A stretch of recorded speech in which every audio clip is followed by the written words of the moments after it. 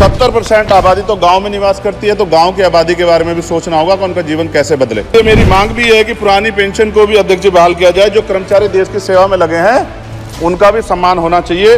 भाजपा ने चुनावी लाभ के लिए सबका साथ सबका विकास के नारे दिए जो खोखले हैं, क्योंकि 10 साल में दलित, पिछड़े, आदिवासी, मुस्लिम और अन्य धार्मिक अल्पसंख्यक के जो अत्याचार हुए हैं वो किससे छिपे हुए नहीं है। जिस क्षेत्र से मैं चुन के आऊँ नगीना से, वो बहुत पिछड़ा क्षेत्र है। उस क्षेत्र में कोई विशेष आर्थिक पैकेज नहीं दिया गया कि जितना देश दूसरों का है सर, इतना हमारा भी है। हम मरने के लिए पैदा नहीं हुए, जो चाहता है हमारी हत्या कर देता है। मूछें रखने पे, घोड़ी पे बैठने पे, मटकी छूने पे हमारी हत्या हो रही है। क्या बदला है सर? 70 साल बाद भी दलित, पिछड़े, मुसलमानों पे हिंसा नहीं रुक रही है सर। माननीय साथ साथ नगीना की महान जनता और भीम आर्मी और हमारी पार्टी आजाद समाज पार्टी काशीराम के साथियों का भी धन्यवाद करता हूँ।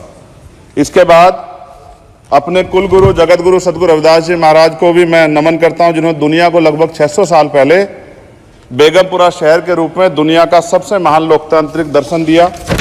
अध्यक्ष महोदय, माननीय सभापति जी, 14 अगस्त 1947 को ये देश अंग्रेजों के अधीन था।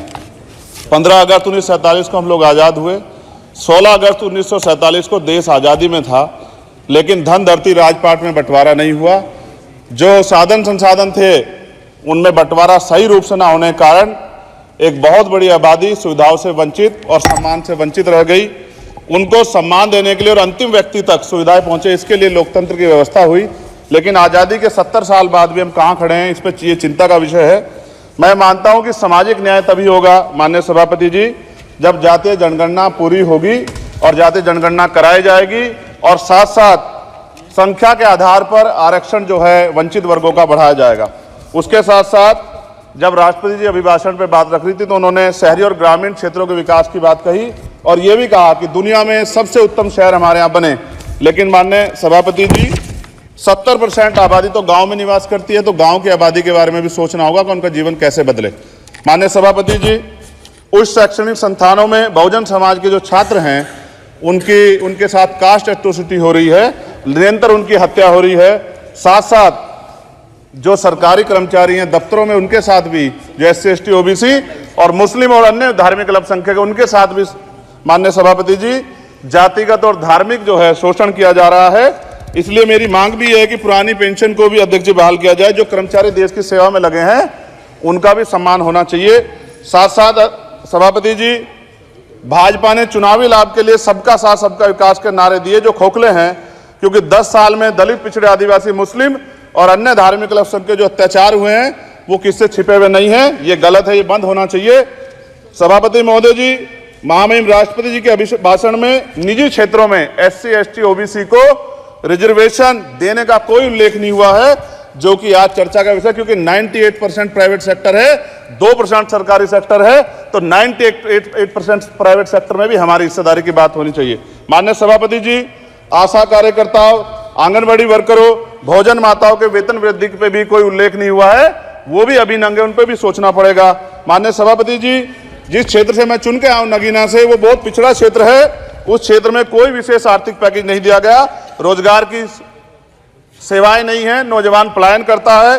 IIT, IIM, एम्स, केंद्रीय विद्यालय आदि शिक्षा में और चिकित्सा संस्थानों की स्थापना होनी चाहिए, जो कि नहीं है।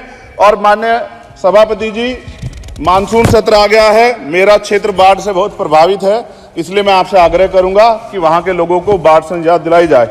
माननीय सभापति जी, चीन हमें आंख दिखा रहा है और लगातार हमारे देश की सीमाओं में घुसपैठ कर रहा है, इसलिए अग्निवीर योजना को हटाकर पुनः सेना भर्ती शुरू की जाए और साथ साथ भारत की सबसे प्राचीन व बहादुर रेजिमेंट में से एक चमार रेजिमेंट को पुनः बहाल करा जाए, ऐसा भी मेरा आपसे आग्रह है।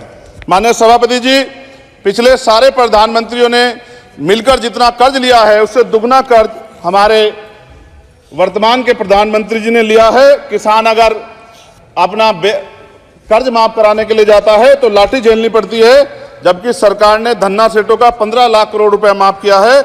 इस ओर हमें ध्यान देना पड़ेगा, हमारी आने वाली पीढ़ियों को ये कर्ज चुकाना पड़ेगा। माननीय सभापति महोदय जी, किसानों को MSP की लीगल गारंटी तथा किसानों का कर्ज माफ होना चाहिए। साथ साथ 2 अप्रैल 2018 को SC ST के बच्चों पे बहुत बड़े पैमाने पे मुकदमे लगे थे, वो हमारी लड़ाई सही थी, ये सुप्रीम कोर्ट ने माना और बाद में सरकार ने माना, वो मुकदमे तुरंत वापस होने चाहिए। माननीय सभापति जी, प्रेस जो है उस पर भी शिकंजा कसा जा रहा है।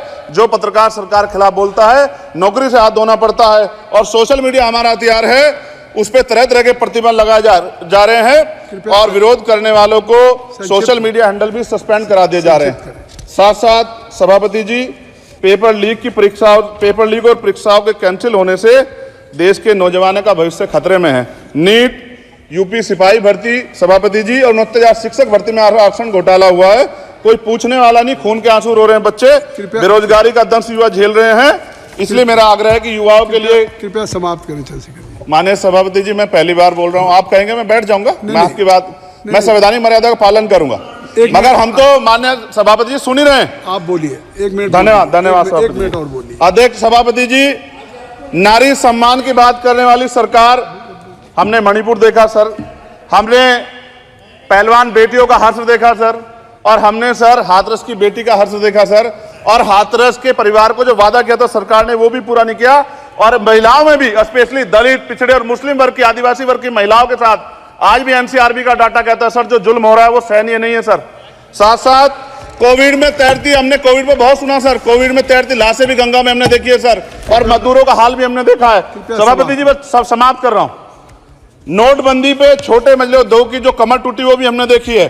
सभापति जी, शैक्षणिक संस्थानों, विश्वविद्यालयों में, चिकित्सा संस्थानों में ओबीसी एसटी के योग्य अभ्यर्थी को एनएफएस करके जिस तरह निकाला जा रहा है, लेटरल एंट्री करके जिस तरह हमारे रास्ते बंद किए जा रहे, ये भी हम देख रहे हैं सभापति जी।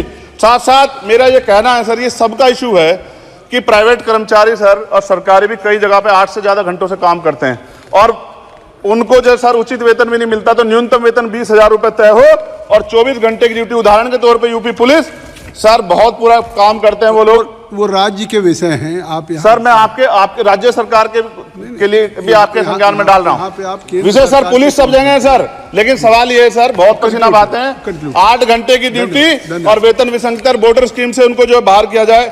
माननीय सभापति जी, 1 मिनट चाहिए सभापति जी। राष्ट्रपति जी ने धर्म के बारे में बात की थी, राम मंदिर से पहले हमारे गुरुघर तुगलकाबाद का फैसला आया था राष्ट्रपति जी, वो सभापति जी अभी तक दिल्ली में स्थित सदगुरु रविदास जी महाराज का गुरुघर नहीं बना।